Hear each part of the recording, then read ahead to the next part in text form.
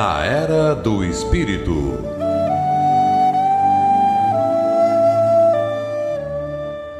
Bom dia, amigos da Rádio Guarujá, 1420, Florianópolis, Santa Catarina. Hoje nosso amigo Alexandre Chambarelli vai nos falar sobre o assunto Não separeis o que Deus uniu. Muito obrigado, irmão Versi. Hoje, então, vamos abordar esse tema que está contido no Evangelho segundo o Espiritismo, capítulo 22. Vejam só, todo o nosso Evangelho segundo o Espiritismo começa com passagens evangélicas, retiradas do Novo Testamento. Embora lá no primeiro capítulo tenha os 10 mandamentos, que é do Velho Testamento. E tem gente que até pergunta, essa é a Bíblia dos Espíritas? Não é a nossa Bíblia. Hoje tem diversas outras obras também que interpretam as passagens evangélicas, bíblicas, à luz do Espiritismo, com outras interpretações, com outras visões, assim. E por isso que eu sempre agradeço à Igreja Católica, à Bíblia, embora tenham mais de um tipo de Bíblia no mundo, tem a judaica, tem a católica, a protestante, que tem uma diferença de 7 livros de uma para outra, a apócrifa, e essa aqui é uma extensão do Livro dos Espíritos, o Evangelho segundo o Espiritismo, e que começa, por exemplo, com essa passagem aqui de Mateus, capítulo 19, 3 e 9. Lembrando que toda essa organização foi feita por Kardec, amparado pela equipe do Espírito de Verdade, e há quem diga ainda que seja o próprio Cristo que ajudou nessa organização desses assuntos. Lá em Mateus 19, fala o seguinte: os fariseus vieram ter com ele para o tentarem, e lhe disseram, será permitido a um homem despedir sua mulher, seja qual for o motivo? Ele respondeu, não lestes que aquele que criou o homem, desde o princípio, os criou macho e fêmea? E disse, por esta razão, o homem deixará seu pai e sua mãe, e se ligará à sua mulher, e não farão os dois senão uma só carne? Assim já não serão duas, mas uma só carne. Não separe, pois, o homem o que Deus uniu. Por que então retrucaram eles? Ordenava Moisés que o marido desse à sua mulher uma carta de divórcio e a despedisse. Jesus respondeu, foi por causa da dureza do vosso coração que Moisés permitiu que despedisseis vossas mulheres. Mas no começo não foi assim, na forma natural, Então, dos males o menor. Por isso que também tem as leis humanas, que vão abrandando essas relações entre nós aqui.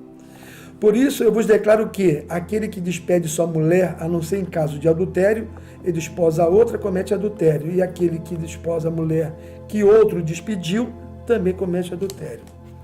Mateus 19, 3, versículos 3 a 9. Então eu vou pontuar aqui algumas passagens, por causa do nosso tempo, que é curto. Os irmãos poderão depois ler lá no livro e consultar também na internet aí essa obra. Só o que vem de Deus é imutável.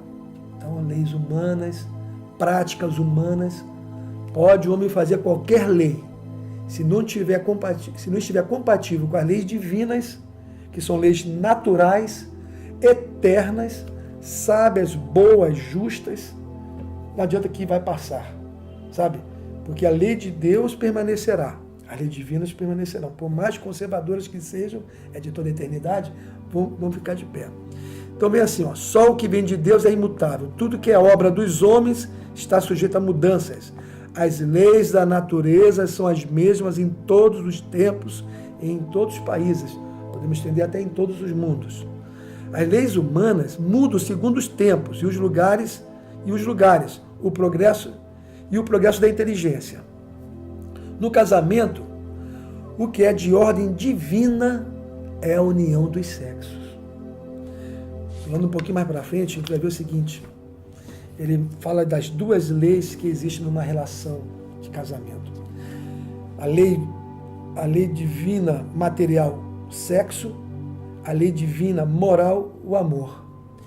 Na terceira parte do Livro dos Espíritos, nós temos 10 leis morais. São 12 capítulos, começa explicando o que é lei natural, aí depois vem as 10 leis morais, e o final fala sobre o aperfeiçoamento moral. Mas tem outras leis também que a gente pode estudar na natureza, lei de afinidade, lei de causa e efeito, e aqui está a parte do sexo. Então aqui, mas na união dos sexos, ao lado da lei divina material, que ela é, comum a todos os seres vivos, a outra lei divina imutável, como todas as leis de Deus, exclusivamente moral, a lei de amor.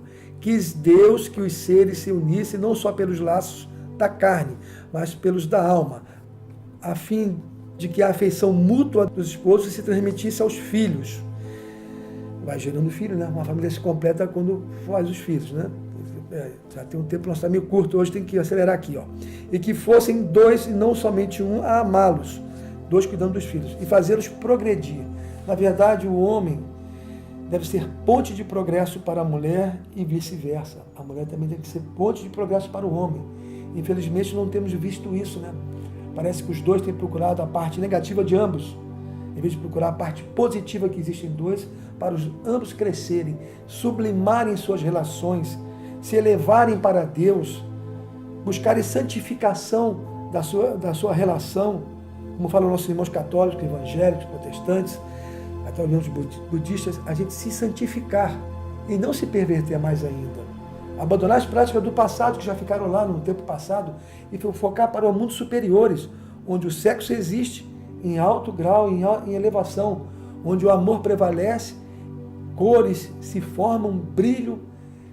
Emmanuel chama a parte do útero da mulher como campo sagrado, né? Parte sagrada da mulher, quando ela dá luz, realmente fica brilhando do lado espiritual. Então, a parte santa que nós menoscabamos, né? Então, menosprezamos.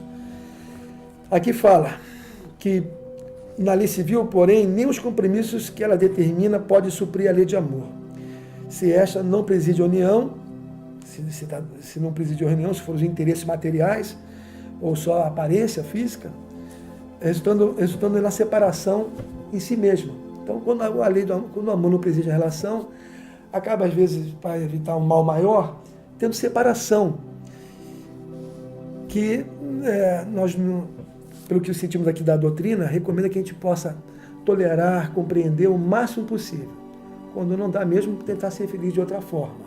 Então, quem estiver na relação que estiver agora, tentar sempre dali para frente fazer o melhor possível, transformar aquilo ali numa relação sadia, que seja útil para si, para os outros que viverem ao seu redor, né? Aqui diz o seguinte, ó, quando Deus disse, não serei senão a sua carne, ó, quando Deus disse, né, que é a palavra que Jesus falou de Deus, quando Deus disse, não serei senão a sua carne, e quando Jesus falou, não separeis o que Deus uniu, essas palavras devem ser entendidas com referência à união segundo a lei imutável de Deus, e não segundo a lei mutável dos homens. E aí vai falando uma porção de coisa interessante aqui. A do divórcio, ele fala que é uma lei humana que tem por fim separar legalmente o que já está de fato separado, né? Porém, nem mesmo Jesus consagrou a indissolubilidade absoluta do casamento. Ele permitiu que isso ocorresse até, que dê a carta de despedida. Nós podemos falar muito mais assuntos sobre isso aqui, envolvendo até a parte do sexo, mas quem forma o corpo, quem forma o homem e a mulher, é o espírito. Está lá no céu e inferno. Isso aqui é reflexo do que nós somos no mundo espiritual. O espírito tem um corpo espiritual. Mas vou deixar contigo agora a mensagem final. Nós vamos ler a mensagem Afeições, do livro Maria Dolores, do Espírito Francisco Cândido Xavier. Se pretendes conquistar a bênção do amor na vida, não prendas, alma querida, o coração de ninguém. O amor é assim qual o rio, que tanta grandeza encerra. Ele, o irmão, a irmã é a terra, unidos fazendo bem. Se a terra prendesse o rio, ei-lo o pântano perfeito. Se o rio largasse o leito, eis o deserto a reinar.